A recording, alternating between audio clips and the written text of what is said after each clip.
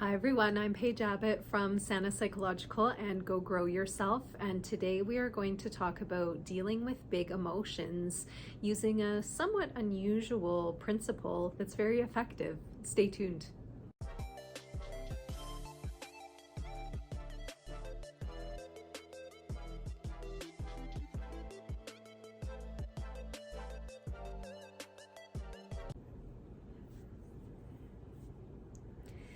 Big emotions are just that. They're big and they can feel really scary. Whether we're talking about big emotions of fear, sadness, worry, anger, anything that can be very uncomfortable and take us to a place that we don't like can benefit from the principles within the technique that we're going to talk about today. The principle is around something called bilateral stimulation. What this means is bilateral is that we want to stimulate and activate both hemispheres of the brain. A lot of activities that we do may only tap into using one side of our brain more than the other, and this doesn't help us to regulate in the same way as that bilateral stimulation. There are a few therapeutic techniques that are based on this idea of bilateral stimulation because the science shows that bilateral stimulation helps us to be able to activate our vagus nerve, which is tapped into our parasympathetic or our relaxation response system, and helps us to emotionally regulate. Interestingly, there's some yogic breathing techniques that have also built in this idea of bilateral or both sides of the body and brain activation for a long time. So clearly we've known about this without really knowing the science behind it. So let's get to the techniques that we can use to do bilateral stimulation, which can help ground you, help produce an increased sense of relaxation, of calm, and allow you to feel more grounded if you're already feeling pretty good and things are going well. And if you're having a tough time, can certainly help to bring the intensity of that emotion down a notch or even a couple of notches. Now, I will have the caveat here that if you've never practiced bilateral stimulation before, and the first time that you're going to be trying it is during a reactive moment when those emotions are really big and really strong, you may not feel the same type of benefit from that activity as you would as if you've been practicing it for a while. So much like with muscle or strength training, if you want to go into the gym and try to lift a really heavy weight without having built up to that strength, it's going to be pretty difficult, and you may find that it's not as effective as you would like it to be. But if you've been daily, gradually working up to building that strength and building that capacity, then when you need to lift that heavier weight, you'll find that you're stronger and more capable of doing so. The same would be true with bilateral stimulation techniques. So I do recommend practicing these proactively, meaning on a regular basis, regardless of how you're feeling, so that they have more benefit for you when you're using them reactively. So how can we tap into this idea of bilateral stimulation? There's actually a number of different ways that are fairly easy and user-friendly to be able to do that through.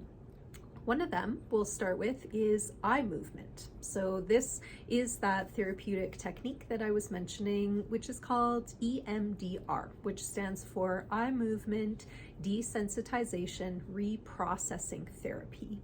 EMDR and its offshoot, accelerated resolution therapy, or ART, are based on the principle of bilateral stimulation using eye movement. So in those treatments, the eye movement may be a little bit quicker and guided by a therapist for the specific purpose of dealing with specific incidences of trauma or very difficult and big emotions that you're having a tough time moving through. Now, you don't have to have experienced those sorts of things to use bilateral eye movement on your own as a self-management and self-care technique to find benefit in it. So the eye movement technique and activity that I would recommend that you try at home on your own is very, very simple.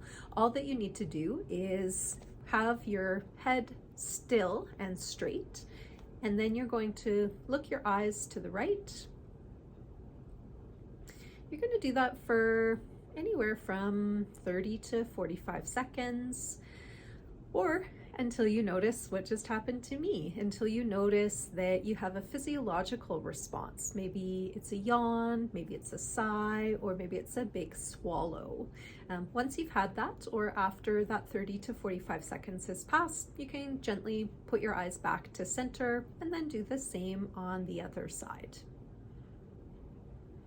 And again, we're waiting until a little bit of time has passed, or I'm a gasper, until you've had that physiological response. Now, we don't want to shift our eyes so far to the point of strain, and you can certainly blink while you're doing that activity. There's nothing wrong with that.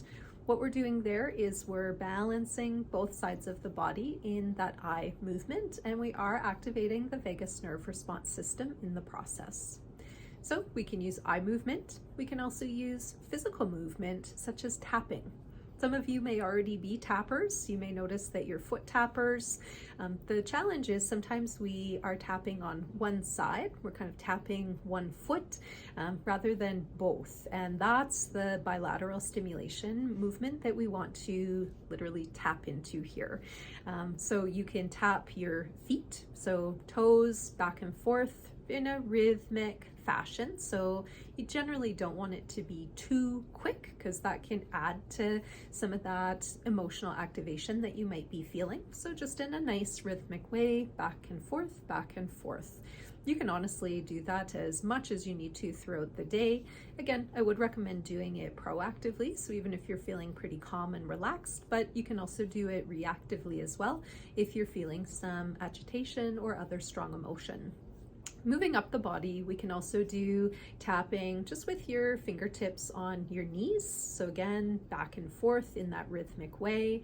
And same idea, which you'll actually be able to see, is clavicle tapping. So tapping into these bones on our chest and just in a very rhythmic way, tapping back and forth, back and forth. Actually quite nice to have the hands resting there. Almost feels like a bit of a hug, which can also help with emotional grounding and establishing a feeling of safety, and just tapping back and forth, back and forth, back and forth. There is a tapping technique called the emotional freedom technique that you may be able to learn more about or be guided through by a therapist, which is a bit of a more involved sequence of tapping that also pulls in tapping on our head and face region. But again, for just that starting point or even maintenance point, the clavicle tapping, knee tapping, or foot tapping are really great options. I was mentioning yogic breathing before, which taps into this idea of bilateral stimulation. And the yogic breathing technique I'm referring to is alternate nostril breathing. What the technique is that you cover one nostril, take that nice big inhale.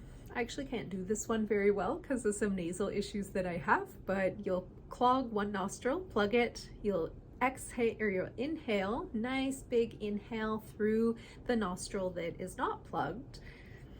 You can hold that for anywhere from a 2 to 5 count, depending on how you feel.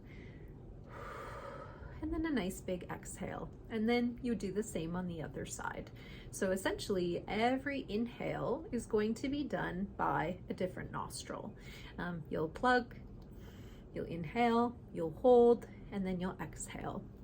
This one you may want to do for anywhere from kind of 3 to 5 breaths on each side. Some people like to do more than that. Some people find that if they're doing more, that it doesn't feel comfortable for them in their breathing. So with all of these things, you want to do it in a way that feels comfortable and manageable for you. As I mentioned, I actually really struggle with the breathing simply because I don't get much air on this side of my nostril. So if I plug this side, I basically can't breathe. So that's not very relaxing for me. So that's not one that I tend to personally go to very often, but I do really like the eye movement, and I do some tapping as well.